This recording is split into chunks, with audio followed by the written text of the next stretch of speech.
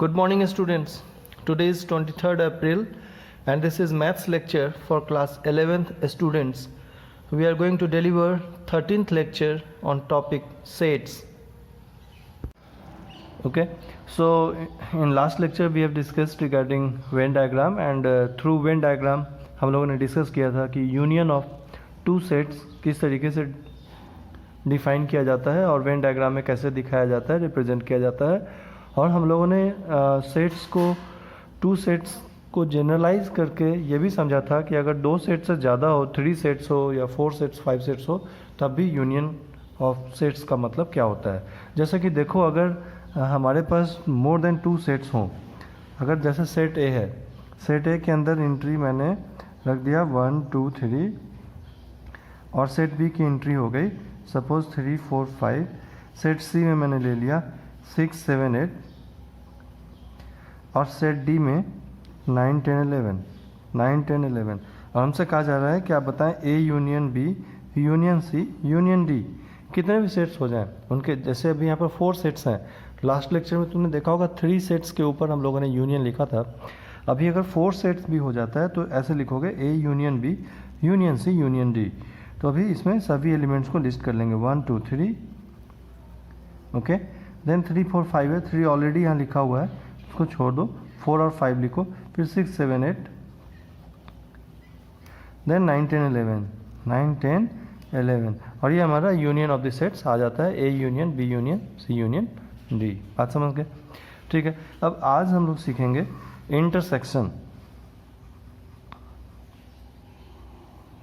Intersection of two sets.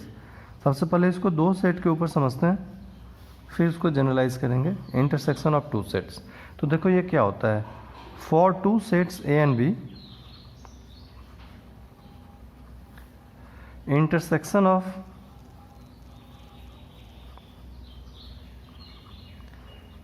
set A and set B is a new set which include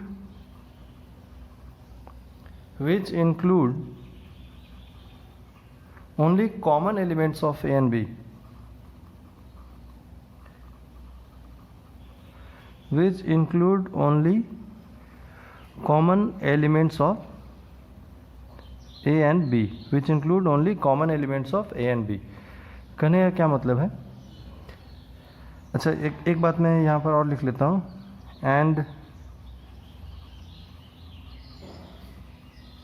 intersection is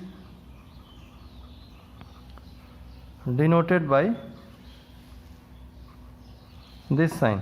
intersection को इस sign से denote करते हैं, है ना, उल्टा यू बोलेंगे, यू ऐसे लिखते हो यूनियन, उसको उलट देंगे ऊपर की तरफ, तो ये इंटरसेक्शन बन जाता है।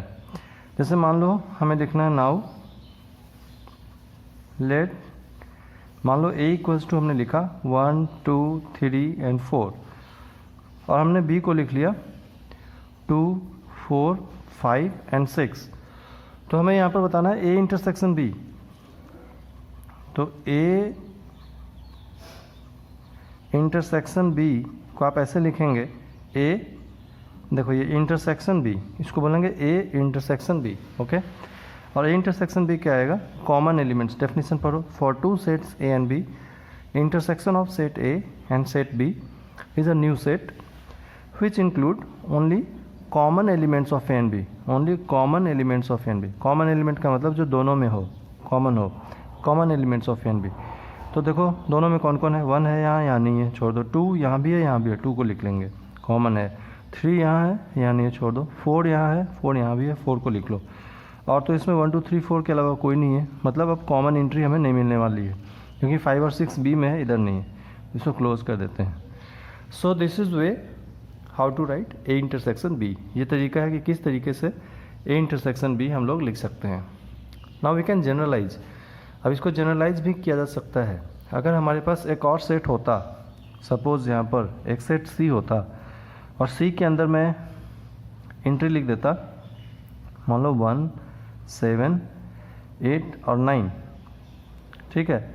और हमसे कहा जाता कि आप तो ये बताओ कि A intersection B intersection C क्या होगा, तो इस तरीके से आप लिख सकते हैं A intersection B intersection C 3 sets के लिए, मतलब जो तीनों में कॉमन हो वो एंट्री यहाँ पर लिखनी है। तो देखो 1 यहाँ है, यहाँ नहीं है, 1 यहाँ है, तो 1 तो कॉमन नहीं हुआ, ठीक है। चलो एक एंट्री, कोई बात नहीं, 2 यहाँ है, 2 यहाँ है, लेकिन 2 यहाँ नहीं है, 3 यहाँ है, 3 यहाँ नहीं है, तो छोड़ दो, कॉमन तो हुआ ही नहीं, तो आगे जाने की ज़रूरत ही नहीं है। 4 यहाँ है, 4 यहाँ भी है, बट 4 यहाँ भी नहीं है, तो कोई भी एंट्री कॉमन नहीं हुआ, तो हम लोग इसको ऐसे छोड़ देंगे खाली। इसका क्या मतलब होता है, ये तो एम्प्टी सेट है। एम्प्टी सेट का मतलब ये हुआ कि A intersection B intersection C empty है।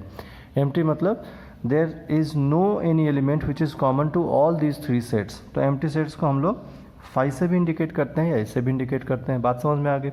मान लो कोई सेट डी है, तो डी के ऊपर हमने लिख दिया 2 है ना, हाँ 11 12 एंड 13, और एक एलिमेंट ले लेते हैं यहाँ पर क्या 4 भी 4।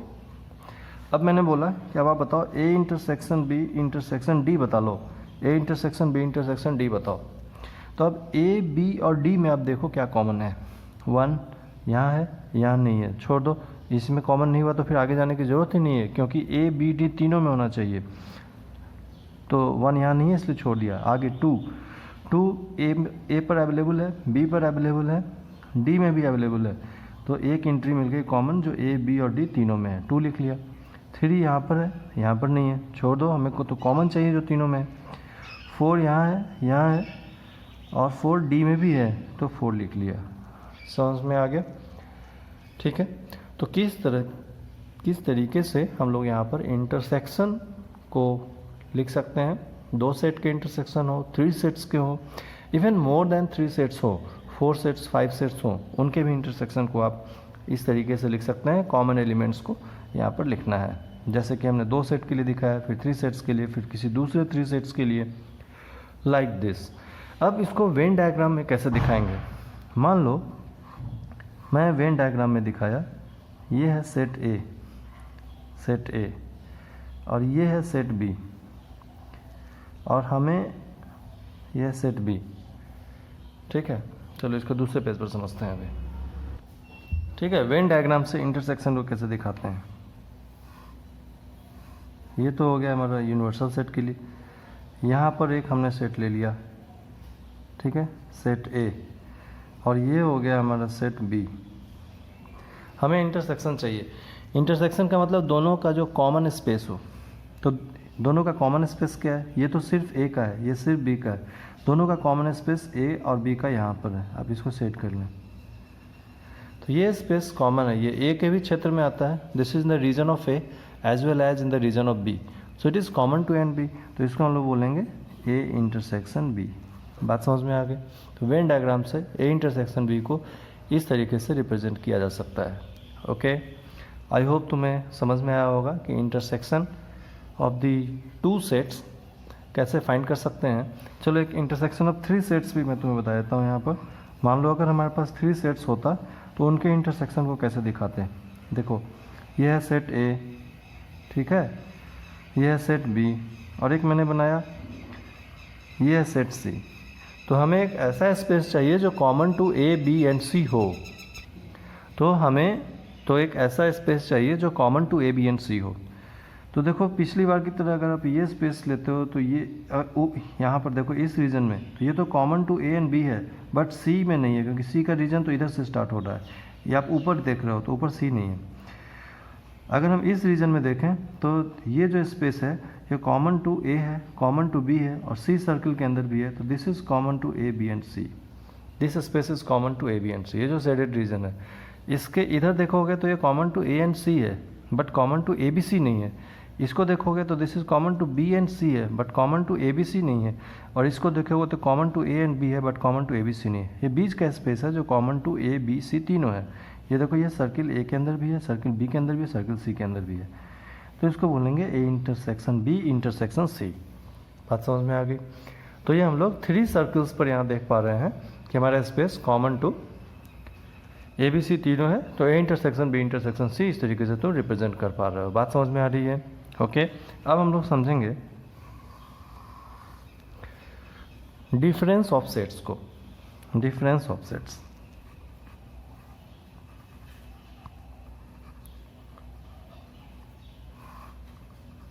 डिफरेंस ऑफ सेट्स क्या होता है, ठीक है। तो देखो डिफरेंस ऑफ सेट्स करने का क्या मतलब है कि फॉर टू सेट्स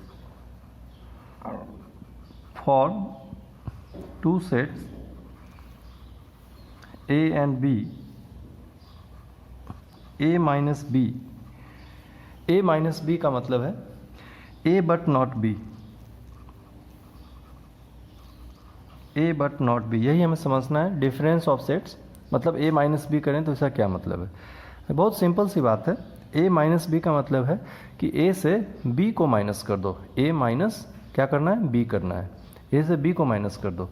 मतलब मान लो कि अगर ए तुम्हारे पास कुछ 1 2 3 4 5 है और बी तुम्हारे पास कुछ 2 5 7 8 9 है, 2 5 7 8 9 है, तो हमें ए माइनस बी करना है। ए माइनस बी का मतलब ए से बी को माइनस करो, मतलब सेट ए से उस एंट्री को हटा दो जो बी में भी है। ए माइनस बी का ये मतलब होता है ए माइनस बी। तो सिर्फ उस एंट्री को हटाना है जो बी में है, ठीक है। तो क्या क्या लिखोगे आप यहाँ पर, 1 लिख लेते हैं, 2 तो बी में भी है, इसको हटा दो, 3 यहाँ नहीं है, लिख लेते हैं, 4 यहाँ नहीं है, इसको भी लिख लो, 5 बी में भी है, इसको हटा दो। तो 1 3 4 कॉमन नहीं लिखेंगे, 1 3 4, समझ गए। इसका मतलब होता है A minus B, A but not B. आप इसको ऐसे भी समझ सकते हो कि ए बट नॉट बी का मतलब तो ये हुआ कि ए से माइनस कर दो जो एलिमेंट कॉमन है ए एंड बी में। जैसे 2 कॉमन है और 5 कॉमन है, तो इसको लिख सकते हैं ए माइनस ए इंटरसेक्शन बी। इसको फार्मूला की तरह भी यूज़ किया जाता है। ये ए माइनस बी है, बहुत ही इंपॉर्टेंट कंसेप्ट है, बच्चों को इसमें बहुत कन्फ्यूजन होता है। आप इसको ध्यान से समझें। ए माइनस बी का मतलब ए बट नॉट बी, ए तो हो बट बी नहीं हो। इसको ऐसे भी लिखते हैं ए माइनस ए इंटरसेक्शन बी। ये फार्मूला बहुत इजी टू यूज होता है। ए माइनस बी का मतलब ए माइनस ए इंटरसेक्शन बी। और अगर इसी की जगह बी माइनस ए लिखा हो तो B but not A, B but not A, B but not A. इसका क्या मतलब हुआ, तो बी को लिखो और माइनस कर दो, बी इंटरसेक्शन ए। एक बात मैं आपको बताऊं, अगर आप ए इंटरसेक्शन बी लिखो या बी इंटरसेक्शन ए लिखो, दोनों एक ही बात है, दोनों एक ही बात है ना। ये दोनों सेम थिंग है, सेम, ये दोनों सेम है। ए इंटरसेक्शन बी लिखो या बी इंटरसेक्शन ए लिखो, क्योंकि इसका भी मतलब है जो ए एंड बी में कॉमन हो और इसका भी मतलब है जो बी एंड ए में कॉमन हो, ठीक है। तो हम ए इंटरसेक्शन बी लिखें या बी इंटरसेक्शन ए लिखें, दोनों की बात एक ही है। अब इस फार्मूला को याद रखना बहुत ईजी है। कैसे बहुत ईजी है मैं आपको बताता हूँ। देखो अगर ए माइनस बी है तो तुम ए लिखो और उसे माइनस कर दो ए इंटरसेक्शन बी, बहुत ईजी है। बी माइनस ए तो जो पहले लिखा है बी माइनस ए का मतलब पहले बी को लिखना है, उसे माइनस करना है। क्या माइनस करना है, जो दोनों का कॉमन हो, मतलब बी इंटरसेक्शन है। इतने इजी तरीके से आप इसको यूज़ कर सकते हैं, ये इन दोनों रिजल्ट्स को, डिफरेंस ऑफ सेट्स को।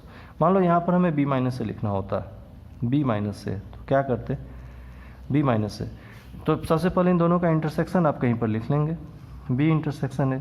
तो बी इंटरसेक्शन है क्या हो गया यहाँ पर, बी इंटरसेक्शन है 2 and 5, 2 and 5। तो तुमको बी माइनस से करना है, मतलब 2 और 5 को छोड़ के बाकी सब लिख दो, 7 8 9, समझ गए। ऐसे मैनुअली भी लिख सकते हो। So this is way how to write difference of sets. What is difference of sets. अब इसको एक बार हम लोग वेन डायग्राम से समझ लेते हैं।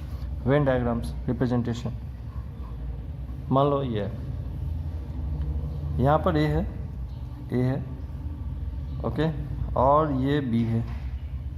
हमें ए माइनस बी बताना है, तो ए माइनस बी क्या होता है, A minus A intersection B. A intersection B क्या है, ये देखो, ये स्पेस ए इंटरसेक्शन बी है। तो इसको छोड़ के अगर हमें ए माइनस बी बताना है तो ए माइनस ए इंटरसेक्शन बी, बाकी के जो स्पेस रह गए उसको आप रिप्रेजेंट कर दें। पूरा ए क्या था, होल सर्कल, इसमें से हमने क्या हटाया, सिर्फ वो स्पेस हटाया जो कॉमन है ए एंड बी में, ए इंटरसेक्शन बी। तो इसको हम लोग बोलेंगे, इस स्पेस को हम लोग बोलेंगे this is A minus A this is A minus B.